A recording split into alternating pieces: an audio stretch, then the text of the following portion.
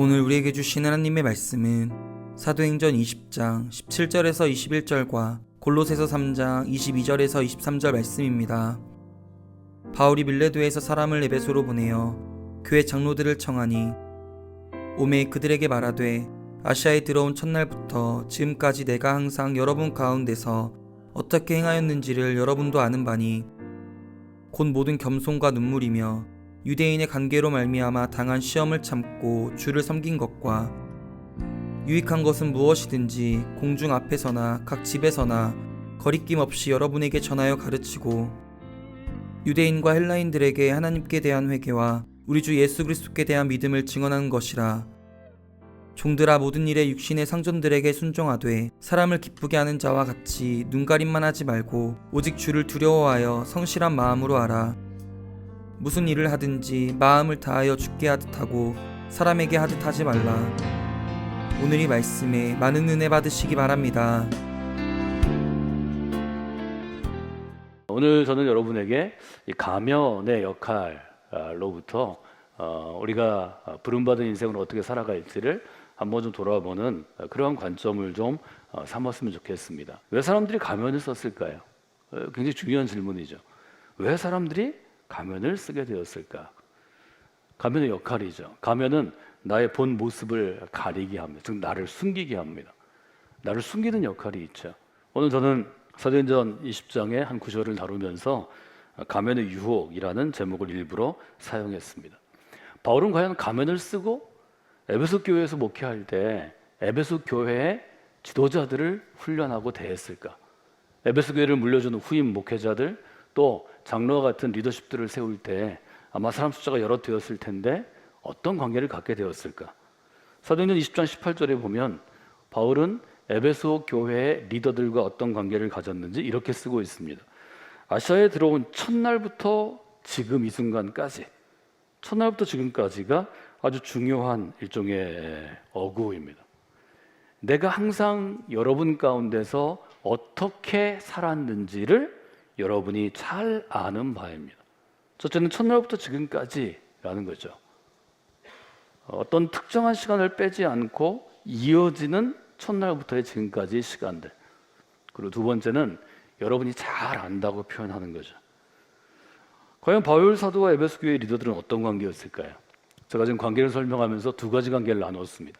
하나는 가면을 쓰고 대하는 관계가 우리의 삶입니다. 직장에서 또 교회에서 또 뭐 어떤 비즈니스 관계로 만나는 고객, 클라이언트의 관계에서 가면 쓰고 만나죠. 직업이 주는 가면이죠.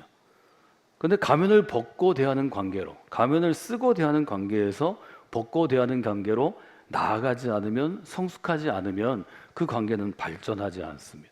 무르익지 않습니다. 그래서 세상에서 우리가 만나는 모든 관계는 가면을 쓰고 대하는 관계가 있고 가면을 벗고 대하는 관계가 있을 수 있다는 거죠. 좀 바울은 어땠을까요?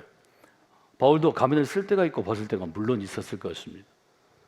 가면을 쓰고 싶은 것, 가면을 벗고 싶은 것, 이 모든 것들을 저는 유혹이라는 단어로 묶어봤습니다. 그러므로 가면의 유혹은 누가 볼 때, 다른 사람이 볼 때만 조금 잘하는 척, 착한 척, 거룩한 척, 뭐한 척 하는 인간의 성향이 우리 모두에게 있다는 거죠. 바울에게 없다는 게 아닙니다. 바울도 강했겠죠.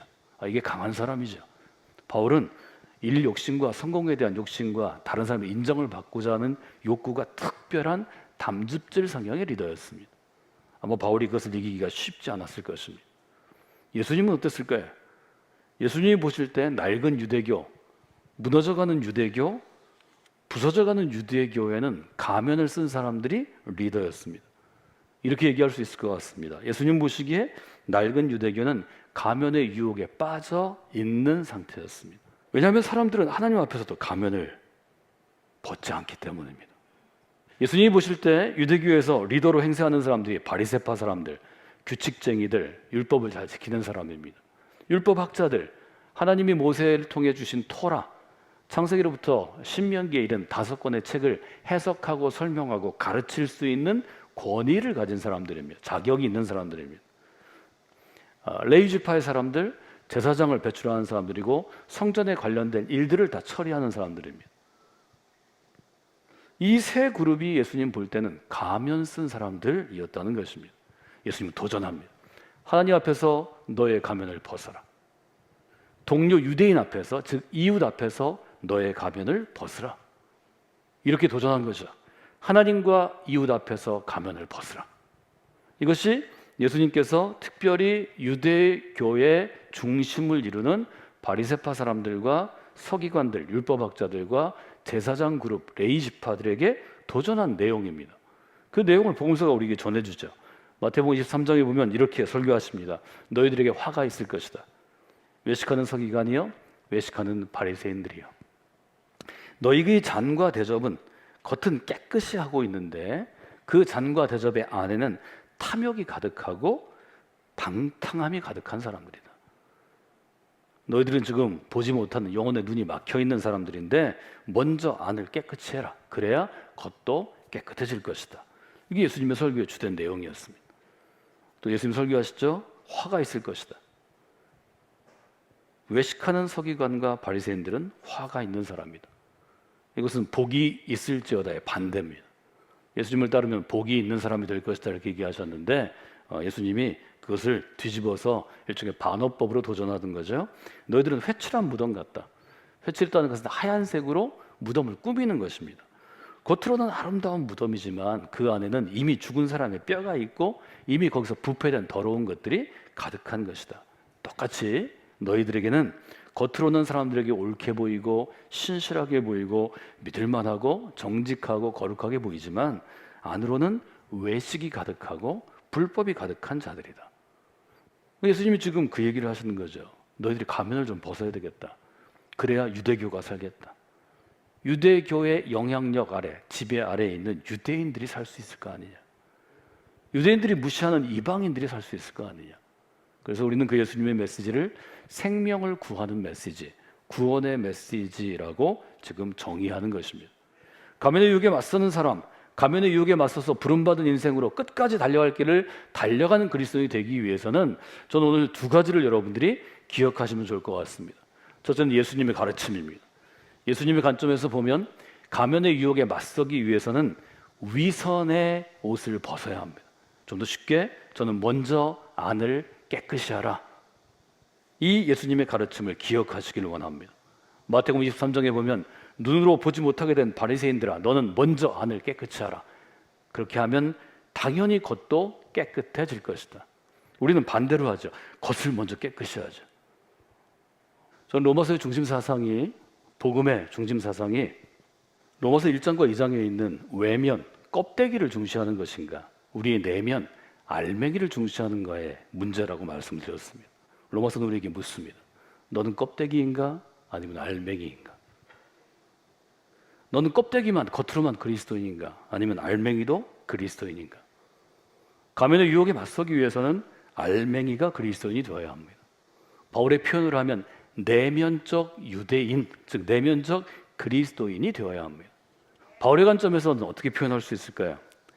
예수님께서 낡은 유대교를 향하여 겉과 안의 관심, 껍데기와 알맹이의 관점에서 말씀하셨다면 바울은 골로새서를 통해서 그 당시 초기 교회, 초대 교회의 노예가 되었던 그리스도인들을 향해서 이렇게 도전합니다.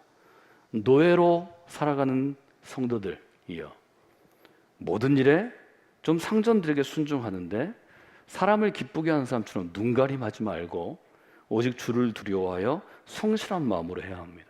무슨 일을 하든지 마음에 들든지 원든지 내가 원하는 일이든지 아니든지 마음을 다하여 주님께 하듯 하고 사람에게 하듯 하지 마십시오. 사랑하는 여러분, 주님께 하듯이 하라고 하는 바울의 피 맺힌 부르짖음을 잘 기억하셔야 합니다. 사람을 기쁘게 하는 사람은 눈가림하는 것입니다. 눈가림해서 사람을 기쁘게 하는 것입니다. 주님을 두려워하는 사람은 여기 성실하게 일한다는 얘기하는데 성실함의 뜻은 겉과 안이 같이 하는 것입니다. 신뢰할 수 있고 정직할 수 있고 사실은 이것이 거룩함의 뜻입니다. 성실함은 먼저 안을 깨끗이 하고 모든 일을 먼저 주께 하듯 할 때 가능한 것입니다. 이 정신의 변화가, 이 믿음의 기준의 변화가 여러분의 마음 가운데 세워지기를 원합니다.